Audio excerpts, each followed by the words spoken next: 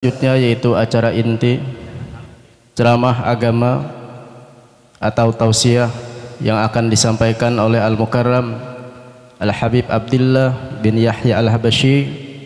Kepada beliau waktu dan tempat kami persilahkan.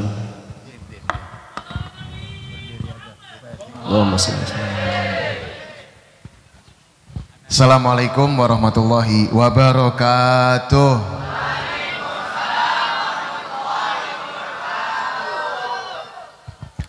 Alhamdulillahi rabbil alamin, hamdan yuafi ni'amahu wa yukafi'u mazidah. Wa sallallahu ala sayyidina Muhammadin wa ala alihi wa sahbihi wa sallam. Allahumma sholli wa sallim ala sayyidina Muhammadin miftahi babi rahmatillah, adada ma fi ilmillah, salatan wa salaman daimaini bidawami mulkillah, wa ala alihi wa sahbihi wa mawalah. Amin ya rabbal amin ya rabbal alamin. Sama-sama kita muliakan pimpinan Pondok Pesantren Nurul Hijrah, guru kita mulia Kiai Haji Muhammad Mukri Yunus, matta'anallahu bituli hayatih fi sihah wal afiyah. Mudah-mudahan beliau panjang umur, sehat wal afiyah, selalu bisa membimbing kita semua dalam menuntut ilmu dan bermanfaat dunia dan akhirat. Amin ya rabbal alamin. Dan segenap aparatur pemerintah, Kapolres, Pak Dandim, Kepala Desa, dan semua yang hadir, perwakilan dari PJ Bupati, dan semua pimpinan perusahaan yang hadir, Bapak Haji Sunarto, pimpinan WPR dan pimpinan perusahaan-perusahaan yang lain yang telah ikut andil dalam membantu dakwah pesantren Nurul Hijrah, dan semua masyarakat desa Alur Jorong yang hadir, bapak-bapak, ibu-ibu. Mudah-mudahan malam hari ini kita semua yang hadir mendapatkan rahmat dari Allah, mendapatkan maghfirah dan hidayah. Amin ya rabbal. Ulun setiap masuk pesantren itu rasanya hatinya senang, gembira. Andai kata bisa diulang, pingin mondok lagi. Karena masa muda ini masa emas yang menentukan kita di masa depan. Pesantren memang betul itu wadah yang membangun jiwa jati diri seorang manusia, tentunya dalam mengarungi kehidupan dunia yang menjadi hasanah untuk mendapatkan akhirat yang hasanah. Karena mau nggak mau kita di dunia ini harus kita lewati, tidak bisa kita lepas untuk mendapatkan akhirat yang hasanah. Maka kalau kita doa Rabbana atina fid dunya wa fil akhirati wa qina adzab.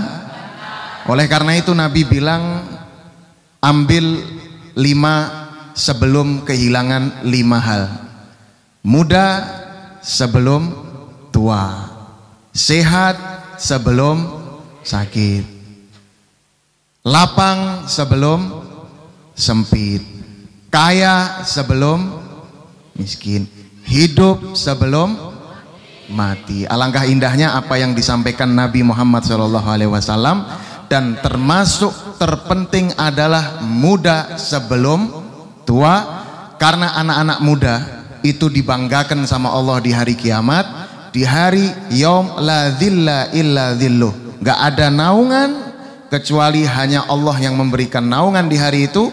Salah satunya adalah syabun nasya'a fi ibadatillah, pemuda yang tumbuh berkembang dalam beribadah kepada Allah Subhanahu wa ta'ala. Alhamdulillah. Jadi inilah suatu kebanggaan bapak ibu yang punya anak kemudian disekolahkan di pesantren dimanapun tempatnya. Insya Allah anak-anak pian menjadi anak-anak yang dibanggakan Allah di hari kiamat, dan bisa membanggakan kuitan bapak ibunya, dan bisa memberikan syafaat kelak di hari kiamat, membanggakan hati Nabi Muhammad SAW. Dan inilah tujuan kita belajar, tidak ada tujuan lain kecuali untuk menyelamatkan diri kita seorang dan menyelamatkan keluarga kita dan menggembirakan orang tua kita di dunia hingga di akhirat kelak. Amin ya rabbal. Tapi namanya menuntut ilmu itu nggak ada pensiun, nggak ada tuntung, ya. Karena Nabi bilang, utlubul ilma minal mahdi ilal lahd. Tuntutlah ilmu dari mulai kita itu ada di pangkuan ibu kita lahir sampai kita mati. Kita semua diperintahkan menuntut ilmu.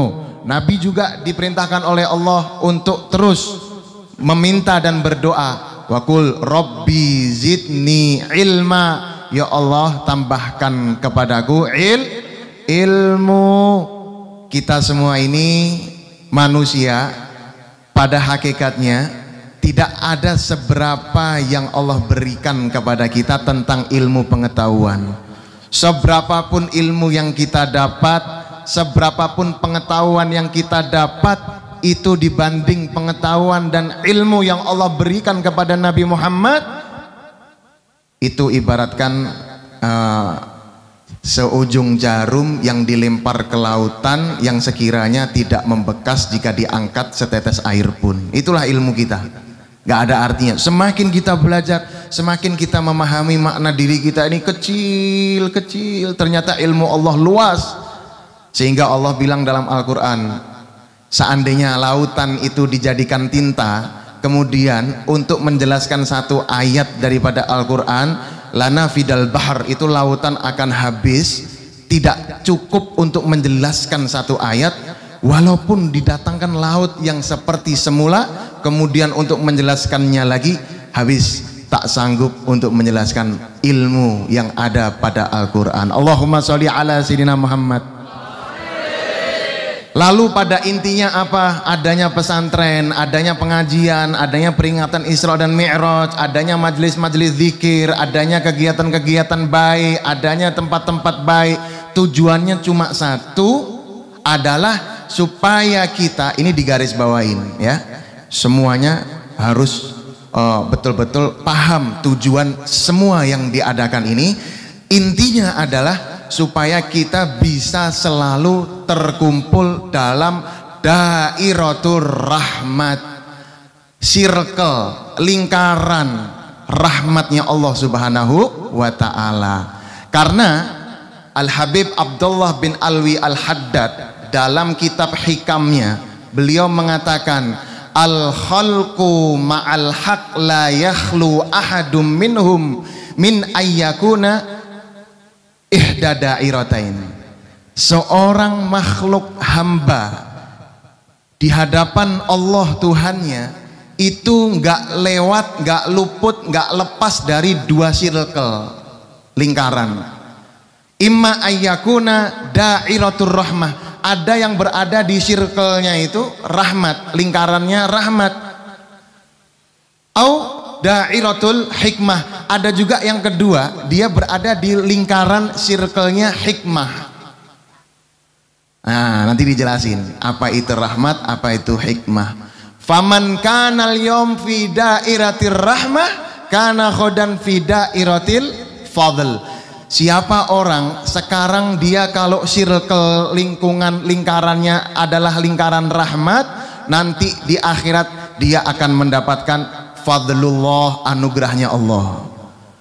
Kemudian siapa yang sekarang dia berada di lingkaran hikmah, nanti di akhirat dia berada di lingkaran keadilannya Allah Subhanahu wa ta'ala. Artinya gini, bapak-bapak, ibu-ibu, saudaraku semua, kita hidup di dunia ini, kita bisa mendekati dua lingkaran. Kalau kita mendekati lingkaran rahmat, kita selalu mencari tempat yang mana di situ turun rahmatnya Allah. Kita begawi, melakukan kegiatan yang mana di situ ridhonya Allah. Ini adalah circle-nya rahmat. Kita berteman dengan teman yang diridhoi Allah. Kita berkumpul di tempat yang diridhoi Allah. Ini adalah circle-nya rahmat. Kita bisa membaca Al-Quran, kita bisa hadir peringatan hari besar Islam, kita bisa belajar dengan seorang guru, kita bisa membaca Quran, beribadah, sembahyang, sholat, puasa, haji dan lain sebagainya. Ini adalah lingkaran rahmat. Barang siapa sekarang dia berada di lingkaran rahmat, nanti di akhirat dia akan mendapatkan karunia-Nya Allah. Artinya apa? Akan diberi ganjaran sama Allah berupa pahala, berupa surga, berupa kenikmatan. Karena apa? Bukan karena amal mereka. Karunia, kemurahan, kedermawanan Allah kepada hambanya yang sudah berada di lingkaran rahmat. Alhamdulillah. Loh, terus kita berbuat baik, kita sholat, kita ngaji, terus apa itu hak kita untuk mendapatkan surga? Tidak. Kita tidak ada hak untuk mendapatkan surga, untuk mendapatkan pahala karena amal ibadah kita. Tidak, tapi ini karena karunia Allah, dan Allah maha mengasih, Allah maha dermawan terhadap hamba-hambanya yang ahli ibadah. Pernah dikisahkan ada Bani Israel 500 tahun umur orang zaman dulu, panjang-panjang. Dia ibadah di atas gunung, gak sibuk kecuali cuma ibadah dan melakukan buang hajat, makan, selebih itu dia ibadah 500 tahun. Allah ingin menunjukkan kebesarannya kepada malaikat. Wahai malaikatku, sampaikan kabar kepada hambaku itu bahwasannya tempatnya di neraka. Bayangkan, ini ujian yang besar. Tiba-tiba malaikat datang menyampaikan kabar dari Allah. Wahai Abdullah, orang yang gemar beribadah, sudah habis ratusan tahun usiamu dihabiskan untuk beribadah. Allah bilang, saya diperintah menyampaikan bahwasannya tempatmu di neraka. Itu kalau kita sudah pensiun nggak mau ibadah lagi. Tapi apa? Orang ini bilang, wahai malaikat, tugasku itu bukan untuk menentukan surga atau neraka. Tugasku cuma untuk beribadah kepada Allah. Adapun ketentuan tempatku di surga dan di neraka itu adalah ketentuan dari Allah, dan aku ridho apa yang ditentukan oleh Allah. Allahumma sholli ala sayyidina Muhammad. Allah maha tahu. Allah cuma menunjukkan kebesaran hambanya di hadapan malaikatnya. Kemudian malaikat menyampaikan kepada Allah, ketahuilah wahai malaikatku, mustahil sifat kedermawanan Ar-Rahman Ar-Rahim Allah akan menempatkan dia di neraka. Tidak mungkin, karena setelah dia melakukan amal-amal kebaikan itu, dengan fadlullah, karunia-Nya Allah, pastilah Allah akan menempatkan di surga. Sehingga Nabi mengatakan, la yudkhila ahadan amaluhu al jannata. Tidak ada satupun orang itu bisa masuk surga karena amal ibadahnya, gak ada. Wala anta ya Rasulullah, meskipun engkau ya Rasulullah, meskipun ulun, ujar Nabi Muhammad SAW. Nabi bilang, meskipun ulun kada masuk surga karena amal ulun. Terus gimana ya Rasulullah? Illa ayyataghammadani Allah birahmatih, kecuali Allah itu memasukkan kita ke surga karena rahmatnya Allah. Saddidu wa qarribu, kata Nabi. Oleh karena itu, parakilah, dekatilah, carilah, kumpullah di circle lingkaran rahmat. Gimana caranya? Hadir ke tempat-tempat yang baik. Gimana caranya? Lakukan amal-amal yang baik. Jangan deket-deket lingkaran yang satunya. Apa lingkaran satunya? Faman kana al-yawm fi dairatil hikmah. Siapa yang sekarang di lingkaran hikmah? Artinya apa? Di tempat-tempat yang Allah tidak ridhoi, di tempat-tempat yang sudah dijadikan hikmah oleh orang-orang terdahulu. Lihat Fir'aun tempatnya di mana? Lihat Abu Jahal tempatnya di mana? Lihat Abu Lahab tempatnya di mana? Lihat Qarun yang menimbun, dia yang rakus dengan dunia tempatnya di mana? Lihat semua ini lingkaran hikmah. Allah jadikan hikmah pelajaran. Kalau kita ikut jejak orang-orang yang ada di lingkaran hikmah, kana khodan fi dairatil adl, nanti di hari kiamat dia akan berada di lingkaran keadilan Allah. Di samping Allah itu dermawan, di samping Allah maha pengampun, di samping Allah maha pengasih, Allah juga maha bijaksana, Allah juga maha hakim, Allah juga pedih ikopnya, Allah juga akan menghukum. Keadilan Allah akan ditegakkan. Bukan berarti Allah zalim sama kita. Allah sampai bepadah dalam Al-Quran. Allah bilang, wa ma rabbuka bidzallami lil abid. Aku Allah Tuhanmu tidak pernah berbuat zalim lawan bubuhan pian. Allahumma sholli ala sayyidina Muhammad. Bayangkan, Allah sampai bilang, aku ini nggak pernah berbuat jahat lawan buhan pian. Artinya apa? Kalau kita berbuat baik ini datangnya dari Allah, kalau kita berbuat buruk ini datangnya dari diri kita. Allah sudah memberikan qadha, ketetapannya yang azali, kemudian takdir yang akan turun kepada kita tidak bertentangan dengan apa yang telah ditetapkan dalam qadha-nya.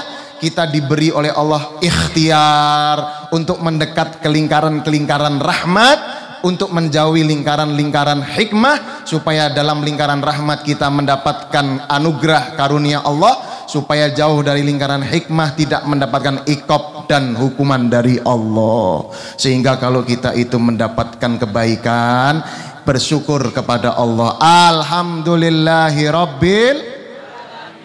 Sehingga ketika kita menggawe maksiat atau melanggar perintah Allah, lakasi kita kembali kepada Allah Subhanahu wa ta'ala. Lalu di Al-Quran disebutkan, udkhulul jannah bima kuntum ta'malun, masuklah surga dengan apa yang telah pian gawe, dengan amal pian. Loh, ini kok bertentangan dengan hadis? Tidak, ini tidak bertentangan dengan hadis Nabi tadi. Nabi bilang tidak akan masuk surga kalian dengan amal kalian. Di Al-Quran bilang masuk surga dengan amal kalian. Ini beda. Kalau dalam hadis itu nafyul istihqaq. Dalam hadis Nabi mentiadakan hak kita, dengan amal kita kita mendapat ganjaran. Itu bukan hak kita, tapi ini adalah anugerah dari Allah. Sedangkan dalam Al-Quran di tafsirnya, maksudnya orang masuk surga dengan amalnya adalah penyebab dia masuk surga, sebab dia beramal baik. Sehingga Nabi bilang, i'malu fakullu muyassarun, beramalah, semua itu dimudahkan oleh Allah. Amal ahli sa'adah muyassarun bi amali salihah.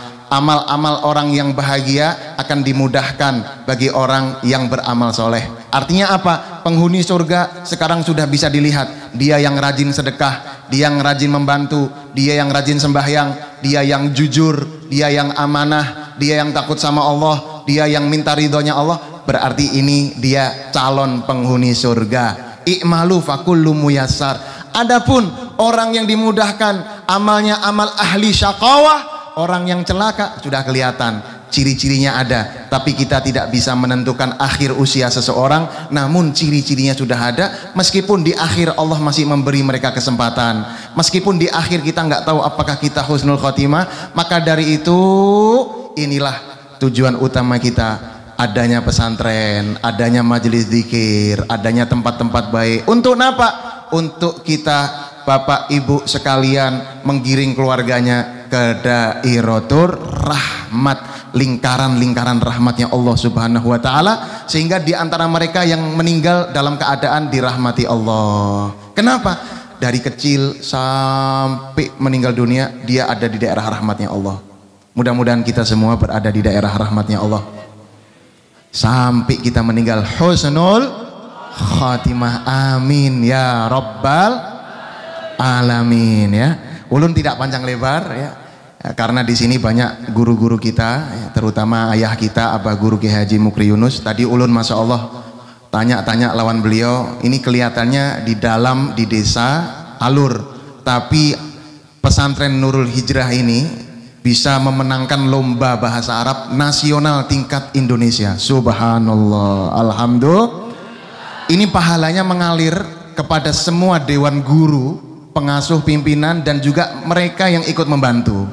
Ini adalah investasi akhirat yang benar-benar ya, sampai tingkat nasional. Ternyata sekalinya ada di Jorong. Alhamdulillah. Nggak sampai di situ. Ini dalam keagamaan ada juga Pospennas ya. Apa itu? Pekan Olahraga dan Seni Santri Nasional ya, ini termasuk juga mewakili Provinsi Kalimantan Selatan, memenangkan juara 1 ya se-Indonesia. Pertandingannya ada di Sriwedari Solo. Alhamdulillah, ini Liga Santri Nasional ya. Ulun juga pernah bikin, tapi namanya Liga Habib. Nah, di Sekumpul ulun bikin Liga Habib ya, pesertanya seluruh Kalsel. Alhamdulillah lancar. Nah, ini ternyata juga ada Liga Santri lah istilahnya, Pekan Olahraga dan Seni Santri Nasional ternyata yang memenangkan juga dari pondok pesantren Nurul Hijrah. Jadi orang-orang hebat itu juga lahir dari pesantren-pesantren. Ya, Jenderal Sudirman itu kalau nggak salah guru ngaji, betul ya, Pak TNI, Pak Polisi ini. Jenderal Sudirman itu juga guru. Jadi mudah-mudahan kita yang punya anak-anak ini, ya, terutama perhatikan ilmu-ilmu agamanya. Insya Allah kalau ilmu agamanya kuat, ketika dia menjadi pemimpin, ketika dia menjadi pejabat, ketika dia menjadi pembisnis, ketika dia menjadi orang hebat, insya Allah orang tuanya sudah menitipkan penjaganya yang lebih hebat daripada ajudan. Kalau ajudan bisa guring, malam masih bisa tidur. Tapi kalau ilmu, ini yang menjaganya. Ilmu ini yang menjaganya. Kenapa? Kalau harta semua kita yang menjaga, tapi kalau ilmu dia yang menjaga kita. Sekarang ulun mau tanya, ini ada diceritakan dalam kitabnya Imam Nawawi Al-Bantani, Syarah dari Bidayatul Hidayah. Syarah dari Bidayatul Hidayah, nama kitabnya Maraqil Ubudiyah. Betul gurulah. Nama kitabnya Maraqil Ubudiyah. Di situ Imam Nawawi mengkisahkan. Coba ulun mau tanya sama Pian, Pian jawab sejujurnya. Meskipun pertanyaannya ini nggak ada yang baik, cuma ulun minta jawaban dari Pian. Imam Nawawi mengkisahkan dalam kitabnya Maraqil Ubudiyah, Syarah Bidayatul Hidayah. Ada dua orang, yang satu alim tapi ahli maksiat, nggak baik. Yang satu bodoh tapi ahli ibadah, juga nggak baik. Lah, di sini dikisahkan, kira-kira mending yang mana? Coba Bu Buan Pian bisa jawab kada? Alim tapi ahli maksiat atau bodoh tapi ahli ibadah? Coba yang alim tapi maksiat angkat tangan. Bodoh ahli ibadah angkat tangan. Oh, ini pada pengen jadi orang bodoh kalau gini. Ulun juga bingung. Tapi kalau Pian mau lihat jawabannya ada di kitab Maraqil Ubudiyah, ya. Mau baca sendiri apa mau dikisahkan? Santri zaman sekarang pengennya nyaman-nyaman. Kalau santri zaman dulu, ya, zamannya Abah Guru Mukri, ya, mungkin sidin murojaah sampai kada guring, ya. Kalau sekarang mah nyaman, apalagi sudah ada Google dan lain sebagainya. Tapi hati-hati kalau belajar tanpa guru lah, karena semua yang di media sosial ini gaduh-gaduh. Yang bujur lawan yang kada bujur bisa masuk. Nah, sekarang kita kembali lagi, kisahnya kayak gini. Ada orang alim tapi ahli maksiat, ada orang bodoh tapi ahli ibadah. Ya. Kemudian dua orang ini berdebat, mending yang mana? Yang satu bilang mending yang ahli maksiat, alim tapi maksiat, yang satu bilang yang bodoh tapi ahli ibadah. Akhirnya mereka coba kita tes, kita uji, kita lihat. Pertama kita datang ke tempatnya orang bodoh yang sedang ibadah. Kelihatannya dia beribadah bujur. Kelihatannya dia itu khalwat, menyendiri, habiskan waktunya untuk ibadah kepada Allah. Sekalinya ketika dites, orang ini bersembunyi dan merubah suaranya supaya tidak ketahuan ini suara arahnya dari mana. Wahai hambaku, sedang sudah ibadahmu. Kamu sudah cukup sampai magom makrifat, tidak perlu sembahyang lagi. Orang yang ahli ibadah itu bilang, alhamdulillah ini yang saya tunggu-tunggu sekian tahun. Ulun sembahyang qiyamul lail, sekalinya sekarang sudah tamat. Alhamdulillah ya Allah, tamat ulun ampe kada sembahyang lagi. Nah, ini orang bodoh nggak punya ilmu. Dan ini terjadi di lingkungan kita aja, di Kalimantan pun ada orang yang sudah tamat gak sembahyang, itu ada. Naudzubillahi. Nah, ini orang yang bodoh, ya. Alhamdulillah saya sudah tamat, selesai, sudah lulus, saya nggak perlu ibadah lagi, magom saya sudah tinggi. Yang kedua, orang yang alim masih mabuk, maksiat. Tiba-tiba orang yang ingin menguji dia berteriak di situ, wahai hambaku, kenapa engkau bermaksiat? Sudahlah, jangan mabuk. Aku adalah Tuhanmu. Kamu tidak malu denganku. Ketika orang alim yang dengar suara itu, dia langsung ngeluarin mandau, langsung cari dari mana itu arah suara dan dikejarnya. Kenapa? Jangan sekali-sekali Anda mengaku sebagai Tuhan. Allahumma sholli ala sayyidina Muhammad. Berarti mending yang mana? Nggak ada yang mending, dua-duanya buruk. Cuma dalam kisah ini ilmu bisa menyelamatkanmu. Ilmu bisa menyelamatkan. Bisa jadi orang yang berilmu tadi taubat dapat hidayah. Tapi kalau kebodohan, sebelum dia mati, jasadnya itu adalah kubur yang berjalan, gak ada manfaatnya. Lihat Imam Ghazali. Imam Ghazali umurnya 50 tahun sekian meninggal dunia. Imam Nawawi karyanya ada Al-Adhkar, ada Minhaj dan lain sebagainya. Umurnya 40 tahun meninggal, nggak sempat kawin. Tapi usianya seumur hidup dikenang. Artinya apa? Di setiap pondok ya dipelajari kitab-kitabnya, hadisnya, ya, riwayat-riwayat yang diriwayatkan dalam kitab Adhkar, dalam Minhajnya. Imam Ghazali Ihya Ulumuddinnya, Bidayatul Hidayahnya. Padahal sudah 500 tahun beliau meninggalkan kita. Tapi sampai saat ini siapa orang nggak kenal? Sampai hari kiamat. Lah inilah yang disebut panjang ini yang namanya panjang umur. Bisalah kita minta doa panjang umur. Ya Allah mudah-mudahan panjang umur. Ya Allah mudah-mudahan rezeki berlimpah. Sedangkan kata Nabi dalam hadisnya, seseorang itu ketika di perut ibunya sudah ditentukan umurnya, sudah ditentukan rezekinya, sudah ditentukan kapan ajalnya. Lah terus kita sering doa, ya Allah panjang umur, ya Allah sehat walafiat, ya Allah luas rezeki. Lah di sisi lain Nabi juga bilang, jika pian mau panjang umur, pian mau sugih, harta berlimpah, perbanyak silaturahmi. Lah hadis ini bertentangan nggak? Nggak bertentangan. Ya, hadisnya nggak bertentangan. Maksud daripada orang yang pengen panjang umur dan rezekinya luas dengan cara silaturahmi itu adalah artinya yang luas, yang panjang bukan nominalnya, tapi keberkahannya.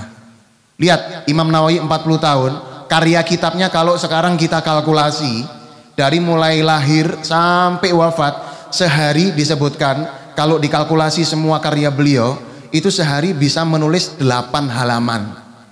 Padahal dari lahir dihitung, dari bayi. Lah bayi ini kalau tidur 23 jam, 22 jam.